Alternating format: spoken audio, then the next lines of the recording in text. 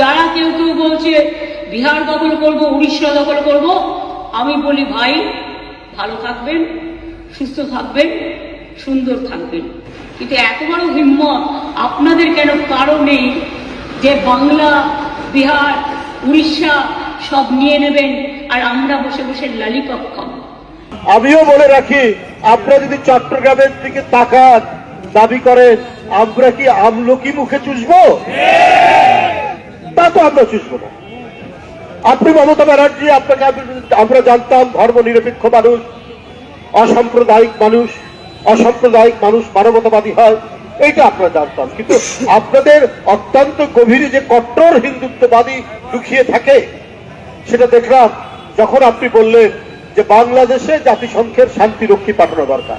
আমরা যথেষ্ট সচেতন নাগরিক এবং আমরা যথেষ্ট সক্রিয়, কিন্তু আমরা ধৈর্যের পরীক্ষা দিই।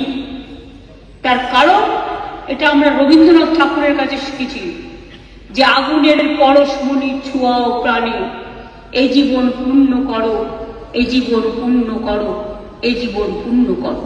তাই আমি মনে করি ভারতবর্ষের অখণ্ড আমাদের সকলের অখণ্ড এবং আমরা সবাইকে রক্ষা করব। নোংরা অপপ্রচার এটা পৃথিবীতে আর কেউ করেনি। তাদের একজন নেতা আবার এক পর্যায়ে বলেছে এবার চট্টগ্রাম আমরা দাবি করব। আরে আপনাদের উদ্দেশ্য তো ভয়ঙ্কর খারাপ। একটি স্বাধীন সার্বভৌমত্ব দেশের উপর একটি অংশ আপনারা সেটা দাবি করবেন? আপনারা প্রথমে এই কথা বলেছেন, আপনাদের দায়িত্বশীল একজন নেতা বলেছেন।